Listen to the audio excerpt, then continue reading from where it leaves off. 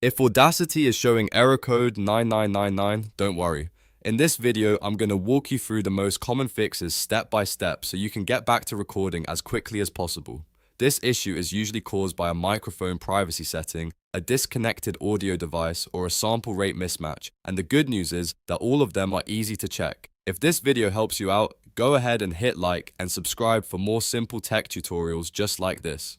First, let's start with the fix that solves the problem for most people. Open Windows Settings, then go to Privacy and Security and click Microphone. Here, make sure microphone access is turned on. More importantly, look for the setting that says Allow desktop apps to access your microphone and make sure that is switched on too. Audacity needs this permission in order to detect and use your microphone properly, so if Windows blocked it after an update, that can trigger error code 9999 right away. If Audacity is listed in the desktop app section, that's a good sign, but the main thing is to confirm that access is enabled. Once you've checked that, close settings and open Audacity again to see if the error is gone. If it still appears, the next thing to do is rescan your audio devices. This is especially important if you use a USB microphone interface or audio cable that may have been unplugged, loose, or briefly disconnected. When that happens, Audacity can lose track of the device and throw an error.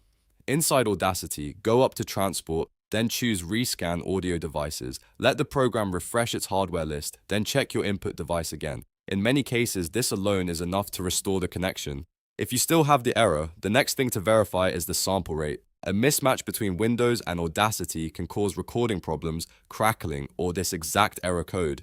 To check this, right-click the speaker icon in Windows, open Sound Settings or the classic Sound Control panel and find your microphone or audio interface properties. Look for the default format or sample rate such as 44,100 Hz or 48,000 Hz. Write that down because you need Audacity to match it exactly.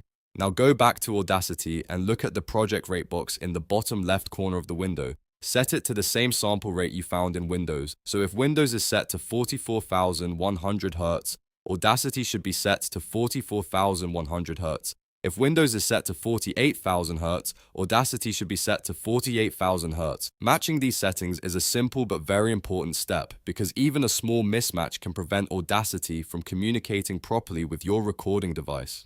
After changing it, test your microphone again and try a short recording. At this point, one of these three fixes usually solves Audacity error code 9999, microphone privacy permissions, rescanning devices, or matching the sample rate. If you're still having trouble, double check that your microphone is selected correctly inside Audacity and that no other app is currently using it. Also, make sure your USB cable is firmly connected because a loose connection can make the device disappear and reappear unexpectedly. The key is to go through these steps one by one instead of changing everything at once because that makes it much easier to spot what actually fixed the issue.